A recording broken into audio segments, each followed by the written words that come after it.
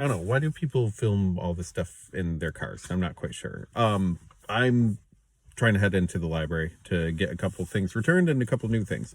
What a bunch of comics, really. I finally did Solo Leveling graphic novel. It really goes along with the anime.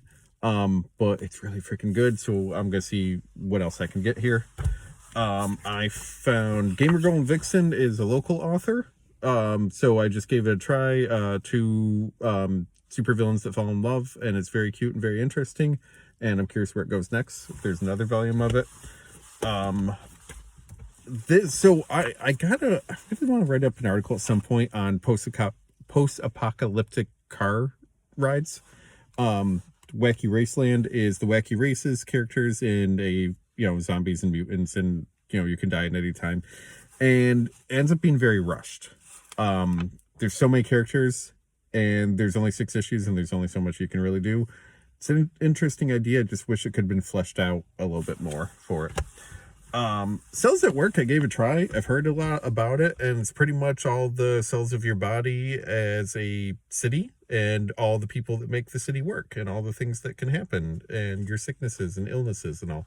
Very fascinating, very interesting. It's just, this is omnibus. It was a chunk to read all at once, but I'm curious. I'm gonna see if I can grab volume 2 of the omnibus today.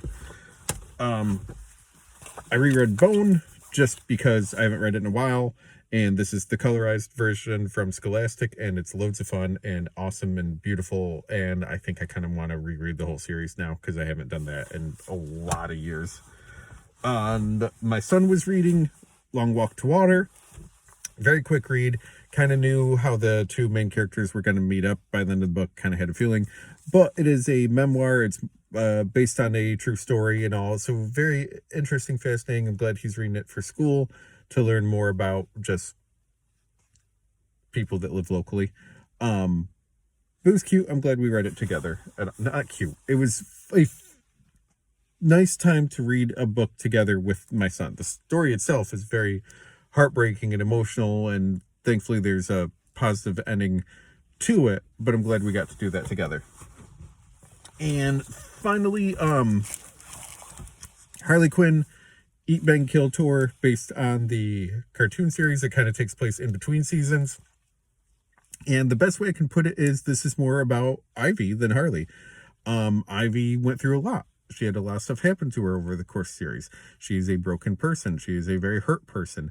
And she is able to explore more of that in the context of this graphic novel than the cartoon would allow, I think. And you realize what a very rich and interesting and deep character Ivy is, and how much she is stuck in her own head, and how sometimes she's her own worst enemy. Very interesting story. So I'm going to run into the library. I'm going to get some more stuff to read.